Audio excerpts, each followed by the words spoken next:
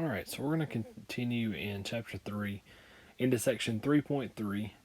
And just as a reminder, in Section 3.2, we talked about synthetic division and how to use that using the remainder theorem and how to check to see if certain numbers were zeros of the equation. And so we're going to now move into still using synthetic division, but talk about the factor theorem. And so the factor theorem says that for any polynomial function, again, we'll call it f of x, x minus k is a factor of the polynomial if and only if f of k equals 0. So think about that. If you were to take, let's just say, something like x squared plus 5x plus 6, and you were to factor that, we would say we need two numbers that multiply to give 6 and add to give 5, so it'd be 3 and 2. Signs are the same, they're both positive. And if we were to say this is equal to 0, then we would say, okay, well, those two numbers or those two factors would be able to, we could use the zero factor theorem to show that what x is going to be when you solve for x. And so we would say, well, x plus 3 equals 0 and x plus 2 equals 0, 2 equals 0. And you would solve and you'd find out x is negative 3 and x is negative 2. Now, the reason all this works together is because if we were to do synthetic division with negative 3, we would find that the remainder is 0. Meaning that negative 3 can be put in place of x in each of these x's, and when you simplify that, or when you simplify the left side, you get 0, which is equal to the right side. That number makes the equation true. You could also take negative 2 and do the same thing. And so if we know that putting those numbers in is going to give us 0, well, that means that those two, x minus those numbers, have to be a factor of the polynomial. And so this is going to allow us to factor a polynomial that's got a cube, for example, instead of just a square. So we've talked about factoring all through this class, and we've talked about how to factor primarily quadratics. Worked in a few cubes, but not much. And so we haven't really talked about, well, how do we find the solutions or even factors of higher degree equations? And so the factor theorem is going to allow us to do that. If we can show that x minus k is a factor, then what that means is that if you were to take k and put it in that equation, it would make it equal to 0. So in other words, 0 would be your remainder. And so hopefully through our synthetic division, we can very quickly show what our solutions are, and we can use this to factor different polynomials. So let's look at some examples. I think this will make more sense as we work through some problems. So as we look at this, the first problem here says that we want to determine whether x plus 4 is a factor of the polynomial. Now, remember, x plus 4, we're talking about x minus something, right? It needs to be in this form, x minus k. So x plus 4 is the same thing as x minus negative 4, right? Because we know that minus a negative does make it positive. And so the number we're going to use in our synthetic division is this negative 4. And so we're going to do the synthetic division, and if we get 0 for the remainder, that tells us that negative 4 would be a solution, but it also tells us that x minus negative 4, or x plus 4, is also a factor of the polynomial. So let's try that. So we're going to take negative 4. We're going to use that in our division. Now notice when we do our synthetic division, we have x to the 4th but we don't have x cubed, so we'll have a 0x cubed, and then we have x squared, and then our x, then our constant. So make sure you put the 0 in. Again, don't forget that it's a placeholder, essentially. So we're going to put 3, we're going to put 0, negative 48, 8, and 32. Now, here's the thing about this. When you put these numbers in and you start simplifying, you may very quickly be able to figure out if the number is not going to give you 0 for the remainder. And if you realize that, you technically could stop and say, okay, well, this number is not going to work. I would encourage you to go ahead and go through the synthetic division, but sometimes you're going to see, well, there's no way these numbers work out to give me that 0 for the remainder. So let's look at the first one. Let's try it and see what happens. We'll start by bringing down the 3. And then we'll take the 3 and multiply by negative 4 and get negative 12. And negative 12 plus 0 is negative 12. Negative 12 times negative 4 is a positive 48. Negative 48 plus 48 is 0. 0 times negative 4 is 0. 8 plus 0 is 8. 8 times negative 4 is negative 32. 32 minus 32 is 0. It does now give us that remainder of 0. So, to answer this question, we would say that yes, x plus 4, because again, x minus negative 4, x plus 4 is a factor of the function, or of the polynomial. You could say that too. Since that's the word that actually uses, we probably should use that instead of function, but either way, we are saying that yes, x plus 4 is a factor. Now, again, it's just synthetic division, but it's then taking what we get from that synthetic division and making some sense from it. And so in this case, we say that x plus 4 is a solution. Now, let's try it here. Again, we want to know, is x plus 4 going to be a solution or be a factor of this polynomial? And so, again, x plus 4, remember that's x minus negative 4.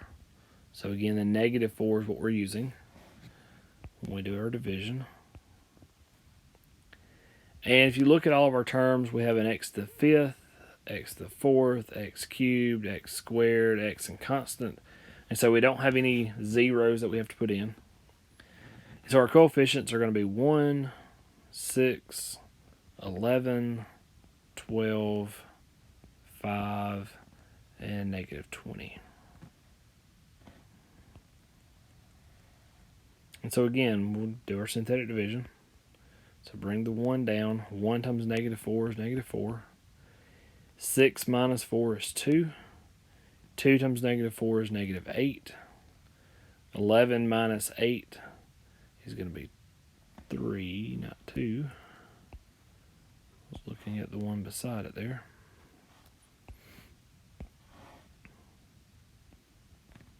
Then 3 times negative 4 is going to be negative 12. 12 minus 12 is 0.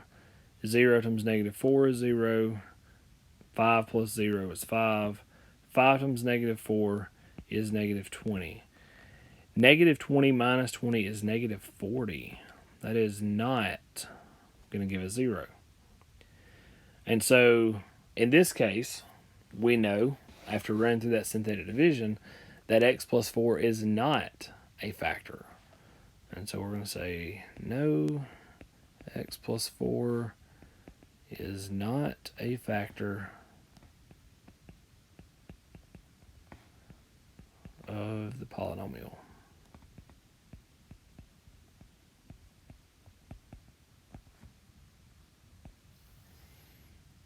Again, if you have questions about that, if I need to explain something in further detail, shoot me an email, let me know.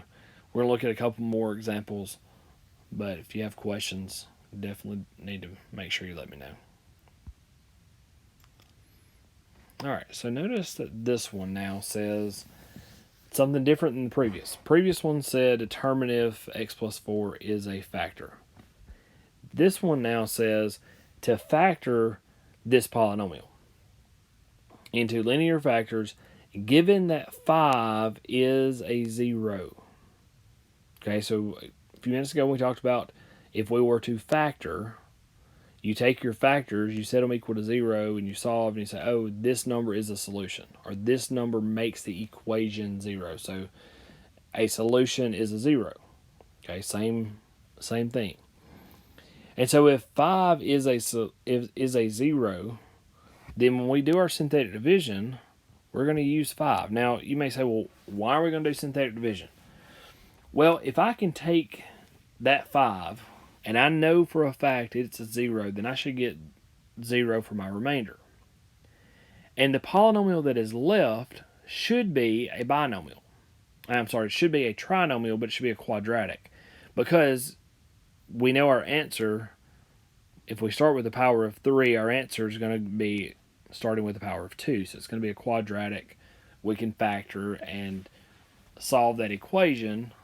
We're just asked to solve, but we could even, we're asked to factor, but we could solve it if we needed to.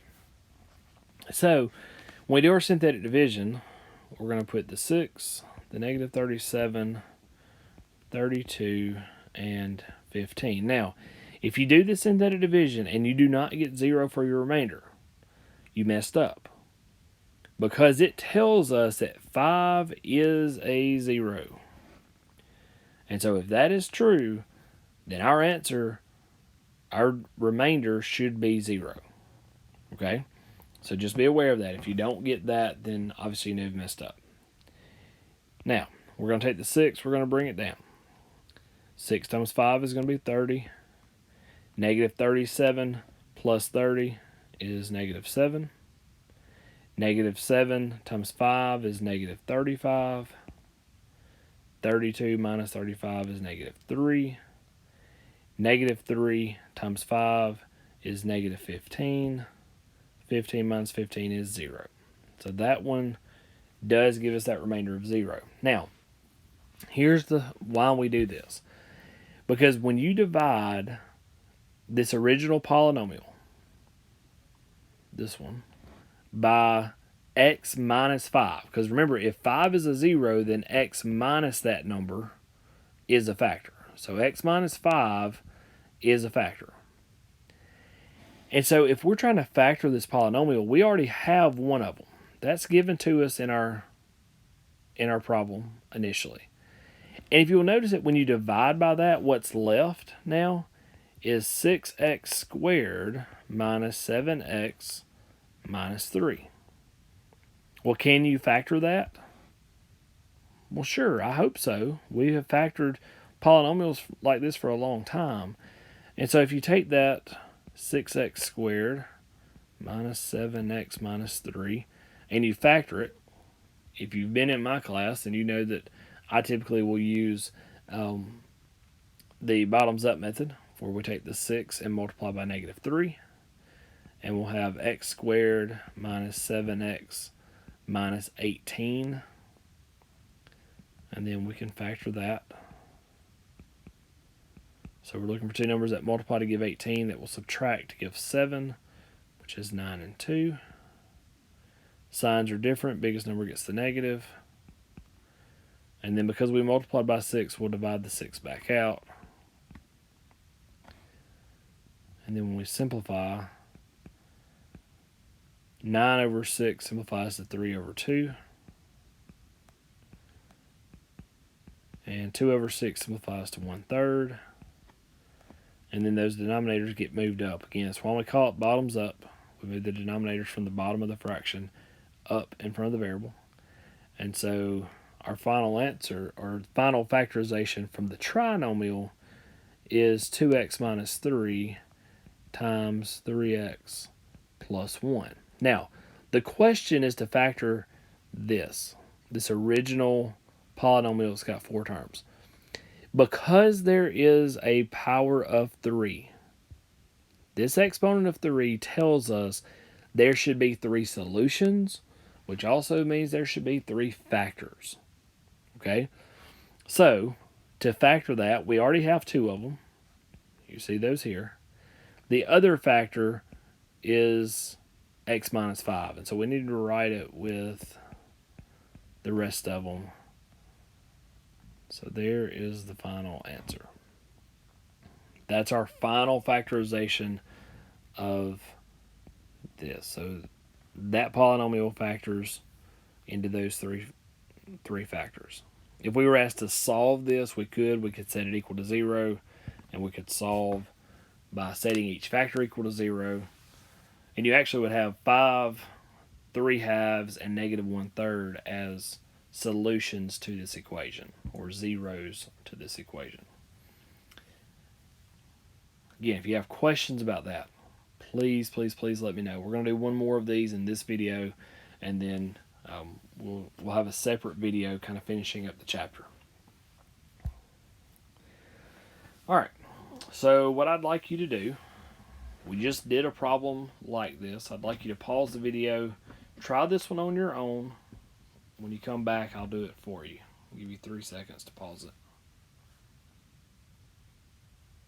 Okay, so hopefully you pause the video, and we're going to factor this polynomial. Again, if we're given that -3 is a 0, then x minus -3 or x plus 3 has to be one of our factors.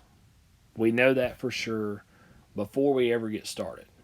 Okay, but we're going to use that to help us find the other factors. And so we'll do our synthetic division. And again, if you look at the terms, we have an x cubed, x squared, x, and then a constant. So no missing terms. And so we're going to put our 6, -19, 2, and -3. And again, we'll do our synthetic division. So we'll bring down the 6. And then 6 times -3 is -18. And then -19, -19 minus 18. So really it's just 18 plus 19, right? But it's -37. Actually, there's a typo in this problem. I forgot about that. So I will fix the typo, and in the next video, I'll come back and do this one, because this number is incorrect. I don't remember what the number is. I'll have to look it up. But that number is incorrect. There's a typo here. Because we know that this should end up being a remainder of 0. Well, -37 times -3